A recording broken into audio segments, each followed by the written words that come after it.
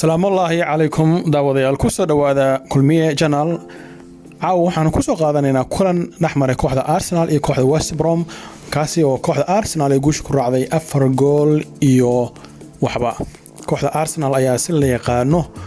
uga badisay kooxda West Bromwich Albion kulan ka tirsan horyaalka Premier League taas oo suura gelisay Arsenal inay soo tiigsato kaalinta 11aad ee Premier League halkii isbuuci ka hor Arsenal ay fadhisay kaalinta 16aad ee horyaalka Premier League.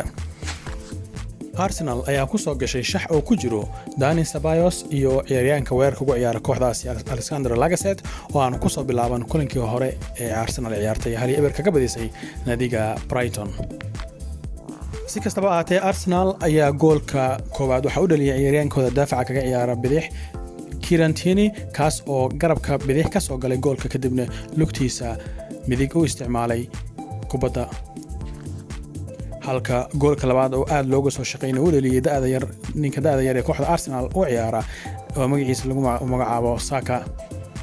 balse qaybtii labaad ee ciyaarta la isku soo noqday iyadoo lagu kala nastay 2 gool iyo waxba ay Arsenal ku hogaaminayso qaybtii labaad oo ciyaarta la isku soo noqday ayaa Arsenal waxa uu suura gashay inay hesho goolkii saddexaad kaas oo u dhaliyay ciyaaryahanka weerarka ka ciyaara kooxda Arsenal ee u qaatan lambarka 9aad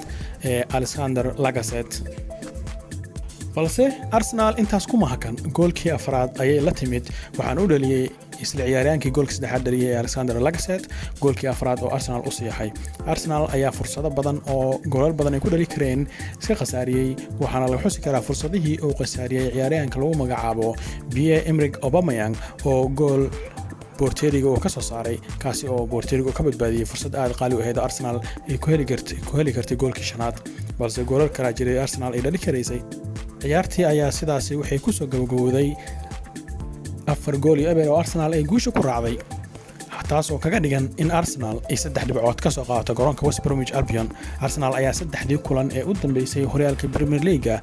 aad loola yaabanaa iyadoo ka badisay kooxaha Chelsea, Brighton iyo kooxda kale ee caawale ciyaarayeen magaceeda la yiraahdo West Bromwich Albion sidoo kale Real Madrid ayaa guul weyn ka gaartay kulan ay la ciyaartay kooxda Celta Vigo halkaas Real Madrid 2 eber kaga badisay sidoo kale Valladolid ayaa ka badisay kooxda Getafe oo lagu ciyaaray guriga Getafe halkaas Valladolid guusha ku raacday 1 gool iyo waxba sidoo kale horyaalka dalka Germany kooxda Hertha Berlin ayaa 3 gool iyo waxba ku soo daartay kooxda Schalke 04 halka kooxda Leipzig ay ka badisay kooxda Stuttgart intaas waxa ku ag wixii ku soo kordhay ciyaaraha sportska ee galabta la ciyaaray iyo caawaba sidoo kale waxaan ku hadli doonaa insha Allah hadoo bari Ilaahay idmo kulamada Premier League ee la ciyaari doono Brito kulanka ugu weyn oo dhexmari doona kooxaha Chelsea iyo Manchester City intaanu ku kulmi doono barnaamij lamid ah waxaad ugu dhaafayaa sidaas nabadgelyo waana ku maasantiin daawashada aad daawateen balse haddii aadan subscribe saarin hadda saar like deh comment ka bixi la share gareey asxaabtaada ood ku maasan tahay daawashada barnaamijka iyo la socoshada kulmiye channel